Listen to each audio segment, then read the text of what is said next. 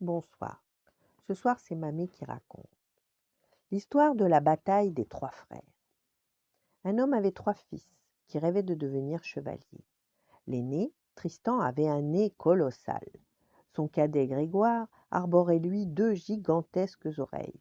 Quant à Robin, le dernier, il ouvrait sur le monde des yeux immenses.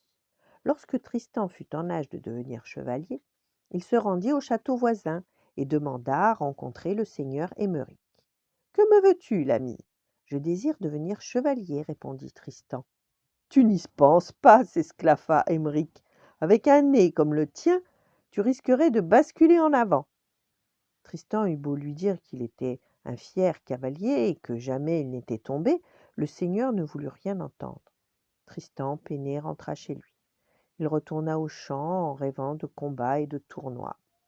Lorsque Grégoire atteint l'âge d'être chevalier, il chevaucha à son tour jusqu'au château voisin. Que me veux-tu, l'ami? Le questionna Émeric. Je souhaite être fait chevalier. Mais tu n'y penses pas, répliqua le seigneur en riant. Avec de telles oreilles, comment pourrais-tu mettre un aume de chevalier? Grégoire lui expliqua qu'il en avait fait un sur mesure, mais Émeric ne voulut rien savoir. Grégoire retourna chez lui dépité, travailla au champ, pensant à toutes les batailles qu'il aurait aimé livrer.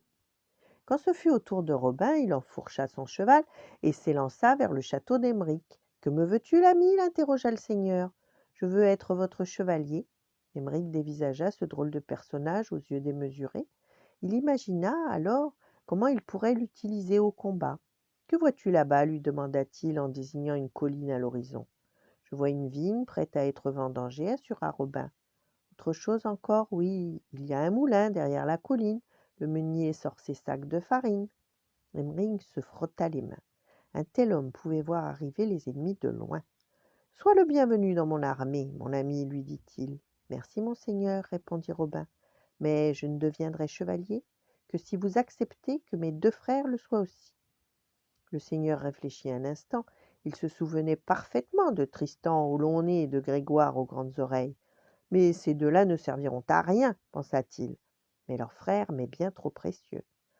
Eh bien, soit, annonça-t-il, va chercher tes frères.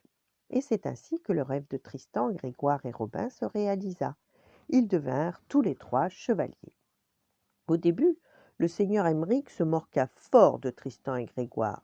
Mais un jour, alors qu'il parcourait la campagne avec son armée, les trois frères s'immobilisèrent d'un coup. J'aperçois un nuage de poussière au loin, dit Robin en scrutant l'horizon, où personne ne voyait rien. J'entends des bruits de sabots, par centaines, affirma Grégoire, qui tendait l'oreille. Et moi je sens le feu, s'alarma Tristan. Le seigneur Émeric interpréta sans peine ce que les trois frères venaient de percevoir. Une horde de cavaliers galopait vers son royaume, brûlant tout sur son passage.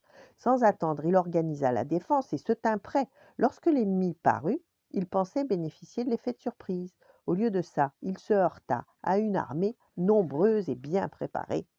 La bataille fut toutefois de courte durée. Émeric et son armée repoussèrent les envahisseurs sans difficulté. De nos jours, on parle encore de cette bataille, durant laquelle Tristan, Grégoire et Robin s'illustrèrent.